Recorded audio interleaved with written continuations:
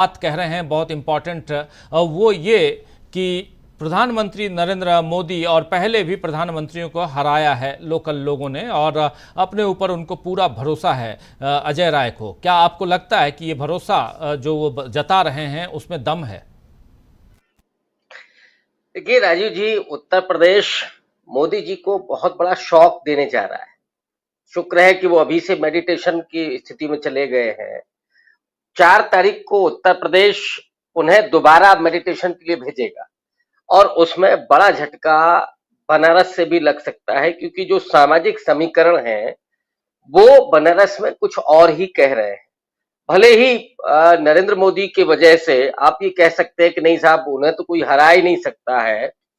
और मैं पहले भी कहता रहा हूं कि अगर इस सीट से प्रियंका गांधी ने चुनाव लड़ा होता तो आज ये भी कहने की स्थिति नहीं होती। वहां सामाजिक समीकरण जो है उसमें सबसे ज्यादा आपका मुस्लिम अंसारी वोट है, 5 लाख के आसपास। कुर्मी वोट बहुत मजबूत है वहां पे। और जितने लोगों से मेरी बात हुई है वो इस बार इंडिया अलायंस के साथ खड़े हुए हैं। और उनमें मुद्दा जो चल रहा है वो एक तो जाति जनगणना से लेकर के राहुल गांधी का जो आरक्षण बढ़ाने की बात है, प्लस बैकलॉग की भर्तियां हैं, संविधान के संरक्षण की जो बात है वो दलितों में सबसे बड़ा मुद्दा है। और दलित भी एक बड़ी तादाद में वहां पर है। निषाद कम्युनिटी है, मल्लाह केवट, ये कम्युनिटी वहां पे है। उसकी मुश्किलें पिछले आप अगर 10 साल को देखें तो जब मोदी जी वहां पहुंचते हैं तो बेचारा वो नाव भी नहीं चला सकता। इसके अलावा स्टीमर आपने शुरू करवा दिए तो उसकी आमदनी भी घटी है। आश्चर्यजनक ये है कि वहां का ब्राह्मण तबका भी नाराज है।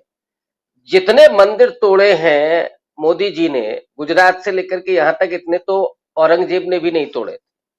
और जिस तरह से मूर्तियां तोड़ी गई, मूर्तियों को बिखेरा गया, इस तरह का भयावह दृश्य अगर कहीं कांग्रेस के रिजीम में हुआ होता तो ये क्या करते।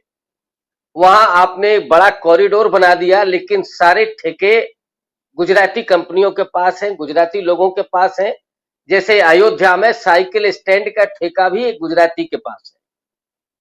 तो वहां के जो लोग हैं वो बेहद नाराज हैं।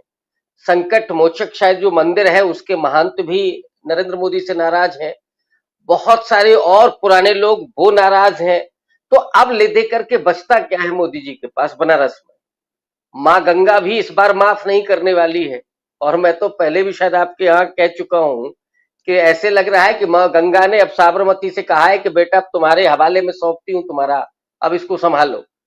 इतना आसान नहीं है।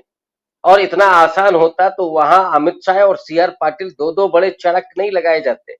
बहुत दूर दूर से, गुजरात से और दूसरी जगहों से लोगों को बुलाया गया है। आरएसएस उस तरह से काम कर नहीं रहा है। जो महीने भर पहले से जाकर के दरवाजों पर दस्तक देते थे, चुनाव जिताने की अपील करते थे, वहां पर वो सक्रियता नहीं दिखाई पड़ रही है। तो मोदी जी के पास केवल हवा है। हवा के अलावा और वहां पर क्या दिखाई पड़ रहा है कि मोदी जी के पक्ष में हो? जो आपने गोद लिया था गांव, उसमें मुसहर बिरादरी के लोग घास की रोटियां खा रहे थे। और जब पत्रकार कोई इस बात को छाप देता है तो उसको जेल भेज दिया जाता है। तो डर को अगर आप अपनी राजनीति का हिस्सा बना लेते हैं तो कब तक, कितने दिनों तक आप डर सामने रख सकते हैं? और राहुल गांधी की पहली जो यात्रा है तो उसका नारा ही डरो मत था। एक साइकोलॉजिकल जो स्थितियां थी वो चेंज हुई हैं। और यही वजह है कि समूचे उत्तर प्रदेश में सिर्फ बनारस नहीं, जो पहले ही चरण से माहौल बना वो कमोबेश जारी है। भारतीय जनता पार्टी इवन बनारस में भी आप नहीं कह सकते कि वो बड़े मार्जिन के साथ जीतेंगे, वो बहुत आसानी से जीत रहे हैं।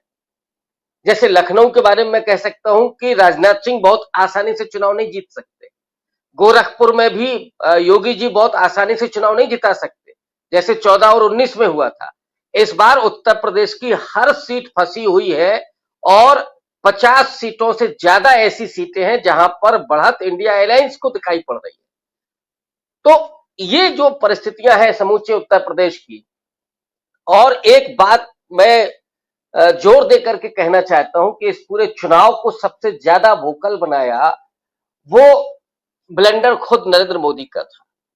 आपने 400 पार की बात की और संविधान बदलने का जहां मुनादी की जाने लगी, अनंत कुमार हेगड़े, लल्लू सिंह, अरुण गोविल और ज्योति मिर्धा और इधर आपका बिहार से भी गिरिराज सिंह, ये संविधान बदलने की जो बात थी उसने सबसे ज्यादा हैमर किया, दलितों में सबसे ज्यादा चेतना पैदा की। और मैंने ये देखा कि ये चुनाव इंडिया अलायंस कम पब्लिक ज्यादा लड़ रही थी। दलितों ने, आप एक एक घर में देखेंगे तो उन्होंने अपने रिश्तेदारों को फोन किए, अपने गांव में बैठकें की और ये बताया कि नरेंद्र मोदी को हराना है क्योंकि ये तो संविधान बदलने पर आमादा है। ये पूरे उत्तर प्रदेश में हुआ है और ये बनारस में भी आपको दिखेगा। ऐसा नहीं है कि बनारस अलग है और मोदी जी की महिमा उस तरह से कायम है, ये सब अब नहीं है वहां पे। यही कारण है कि बनारस में भी स्थितियां मोदी जी के लिए बहुत अच्छी नहीं है।